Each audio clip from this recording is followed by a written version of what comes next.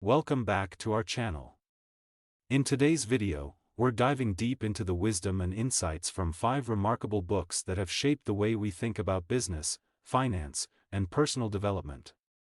From understanding the principles of value investing to exploring the nature of reality, these books offer a treasure trove of knowledge. If you're looking to expand your horizons and gain valuable insights, you're in the right place. Let's get started. Reality Transurfing, Steps IV refers to the first 5 books in the Reality Transurfing series by Vadim Zeland. These books introduce a unique and philosophical approach to personal development and the concept of navigating multiple parallel realities to achieve desired outcomes. Here's a brief overview of each book in the series. 1. Reality Transurfing, The Space of Variations, Step I. In this book, Zeland introduces the concept of the space of variations, which is a complex, multidimensional space that contains infinite alternative realities. He suggests that individuals can influence their reality by aligning their thoughts, intentions, and actions with the desired variations in this space. The book explores techniques for shifting your focus, setting clear intentions, and achieving your goals by navigating the space of variations. 2. Reality Transurfing, Tufty the Priestess, Step 2. This book introduces a character named Tufty, a priestess who imparts wisdom and knowledge about the nature of reality. Tufty teaches readers how to become the masters of their own destinies by transforming their beliefs and perceptions. Zeland delves into the concept of pendulums, which are collective thought forms or energy structures that can influence individuals' lives. He provides strategies for breaking free from the influence of these pendulums and taking control of one's life. 3. Reality Transurfing, The Abridged Version, Step 3. This book is an abridged version of the previous 2 books in the series, summarizing the key concepts and techniques introduced in Steps 1 and 2. It serves as a helpful reference for readers who want a concise overview of the Reality Transurfing philosophy. 4. Reality Transurfing, Forward to the Past, Step 4. In this installment, Zeland explores the idea of time-space, which is a dimension where all possible variations of reality exist simultaneously. He discusses how individuals can tap into time-space to access past and future realities and influence their present circumstances. The book provides practical exercises and guidance for mastering this concept and using it to shape one's reality. 5. Reality Transurfing, Apples Fall into the Sky, Step V. This book delves into the concept of goals, explaining how to set and achieve them effectively. Zeland suggests that traditional goal setting can be limiting and counterproductive.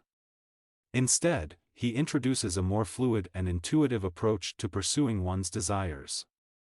He discusses the importance of finding balance and harmony in life and offers techniques for aligning with your true desires and aspirations.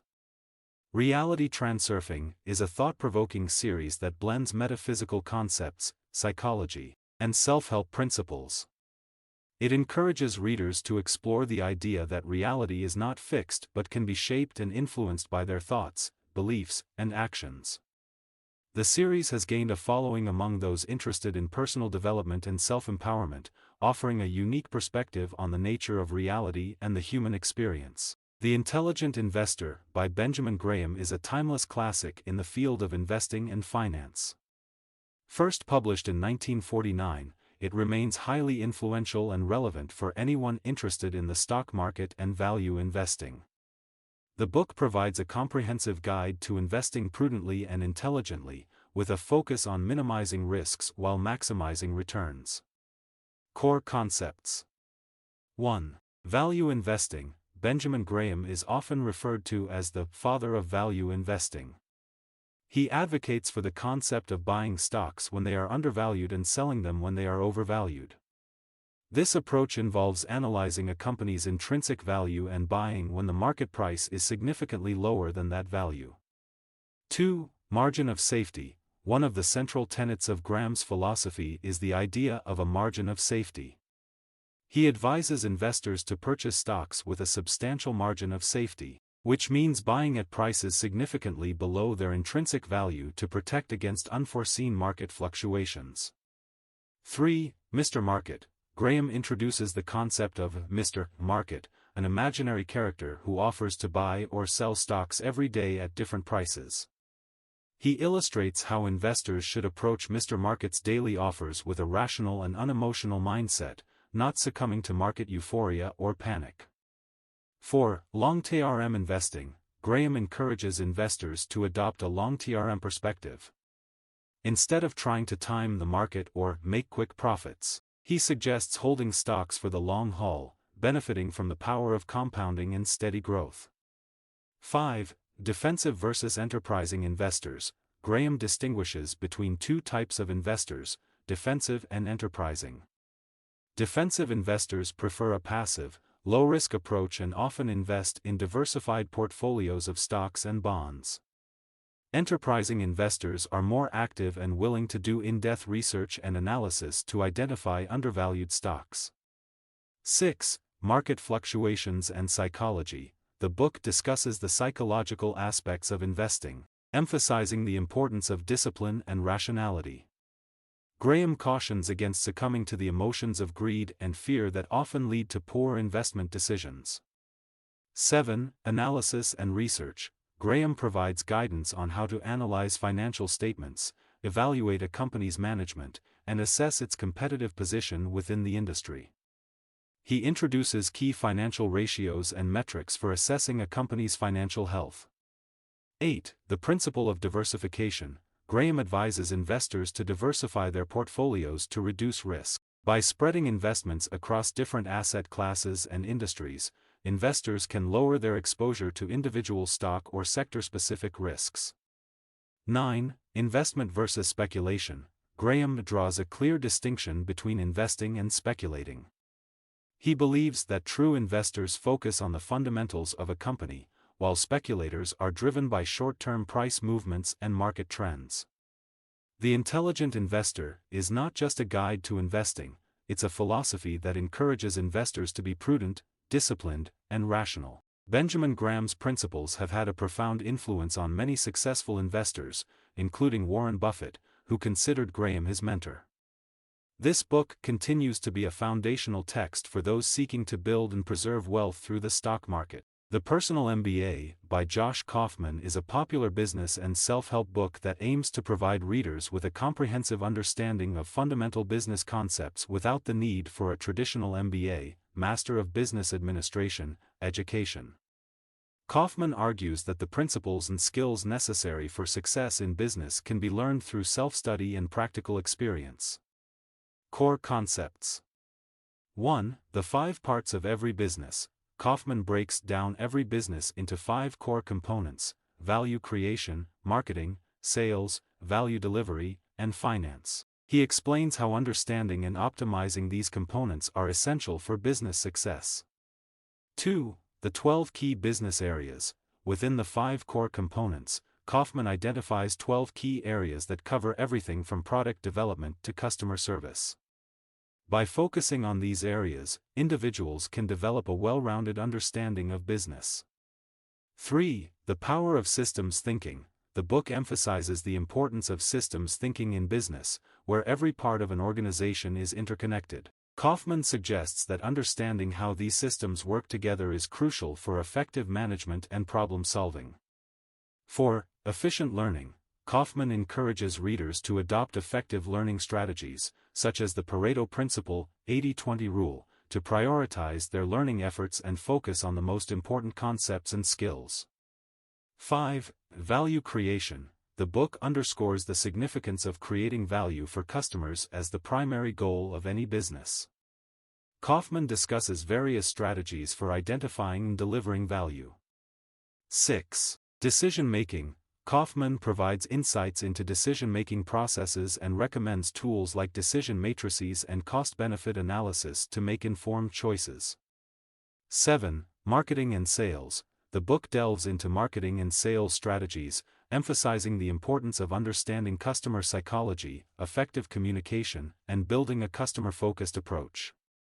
8. Value delivery. Kaufman explores the concept of delivering value efficiently, including topics like operations management, productivity, and quality control. 9. Finance and money management. Readers gain an understanding of basic financial principles, including budgeting, cash flow management, and financial statement analysis. 10. The importance of action. Throughout the book, Kaufman emphasizes the value of taking action and applying what you learn in real-life situations. He encourages readers to experiment, iterate, and adapt. The Personal MBA is a practical guide that distills complex business concepts into accessible and actionable insights. It empowers readers to take charge of their business education and develop the skills needed to succeed in the business world, whether as an entrepreneur or within an existing organization. Kaufman's approach is pragmatic and geared towards helping individuals make better business decisions and achieve their goals. The House of Morgan, An American Banking Dynasty and the Rise of Modern Finance, is a historical book written by Ron Chernow. Published in 1990, it explores the history and evolution of J.P. Morgan and Company, one of the most powerful and influential financial institutions in American history, and how it played a pivotal role in shaping modern finance and the development of the U.S. economy. Core concepts. 1. The Morgan family. The book begins by introducing the Morgan family, particularly J.P. Morgan Sr. and his son, J.P. Morgan Jr. It explores their backgrounds, characters, and ambitions, highlighting their roles as leaders of the Morgan banking dynasty. 2. Founding of J.P. Morgan and Company. Chernow delves into the establishment of J.P. Morgan and Company, which became one of the most prominent investment banks in the late 19th and early 20th centuries. He discusses the bank's origins, including its involvement in financing railroads and industrial companies. 3. Banking and finance in the late 19th century. The book provides historical context by examining the state of American banking and finance in the late 19th century. It discusses the impact of the Civil War, the gold standard, and the emergence of Wall Street as a financial hub. 4. Corporate finance and mergers. Chernow explores the bank's role in corporate finance and mergers during the Gilded Age. J.P. Morgan and Company was instrumental in facilitating mergers and reorganizations of major corporations, often consolidating and restructuring industries. 5. Government and banking. The book covers the relationship between the House of Morgan and the U.S. government, particularly during financial crises and economic downturns. J.P. Morgan Jr. played a crucial role in stabilizing the financial system during times of crisis, including the Panic of 1907. 6. Role in World War I financing. The book details the bank's involvement in financing the Allied powers during World War I. J.P. Morgan and Company played a significant role in securing loans and managing the finances of the United States and its allies. 7. Regulation and reform. Chernow discusses the regulatory environment and the challenges faced by J.P. Morgan and Company as banking regulations evolved, leading to the Glass-Steagall Act and the establishment of the Federal Reserve System.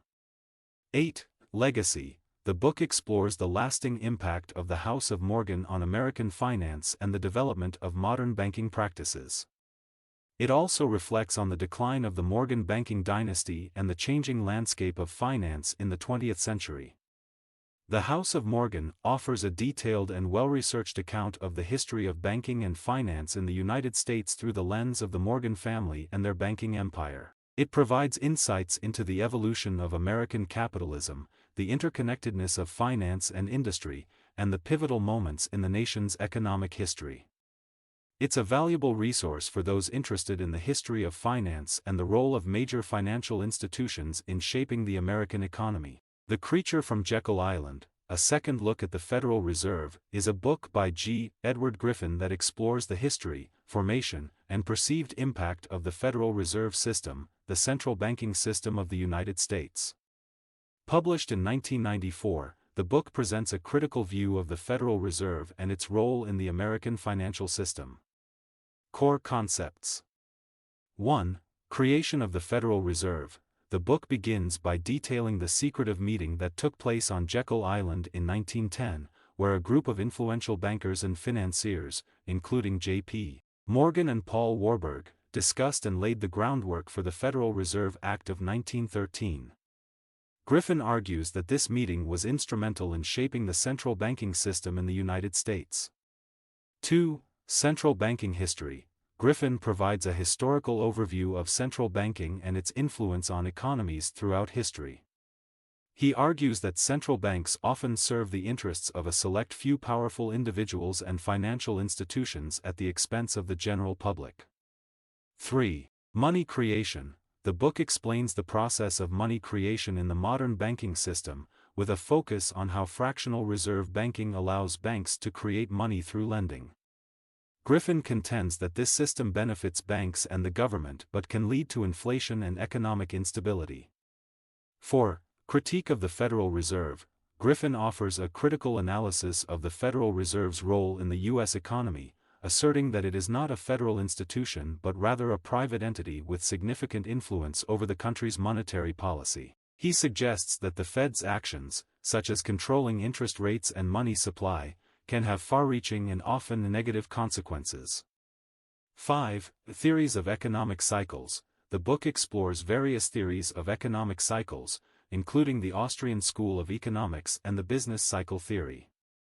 Griffin argues that central banks, including the Federal Reserve, can exacerbate economic booms and busts by manipulating interest rates and money supply. 6. Economic consequences.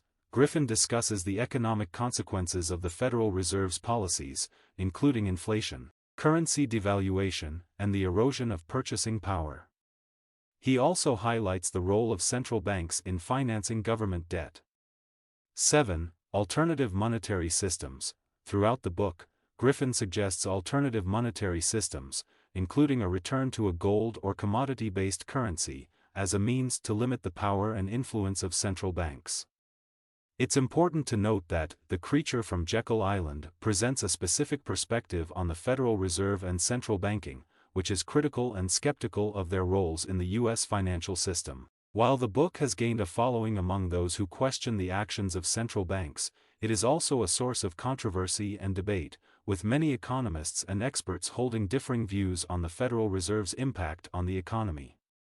Readers should approach the book with a critical mindset and seek out various viewpoints on the subject for a more comprehensive understanding. Thank you for watching. Don't forget to subscribe and comment what you want next.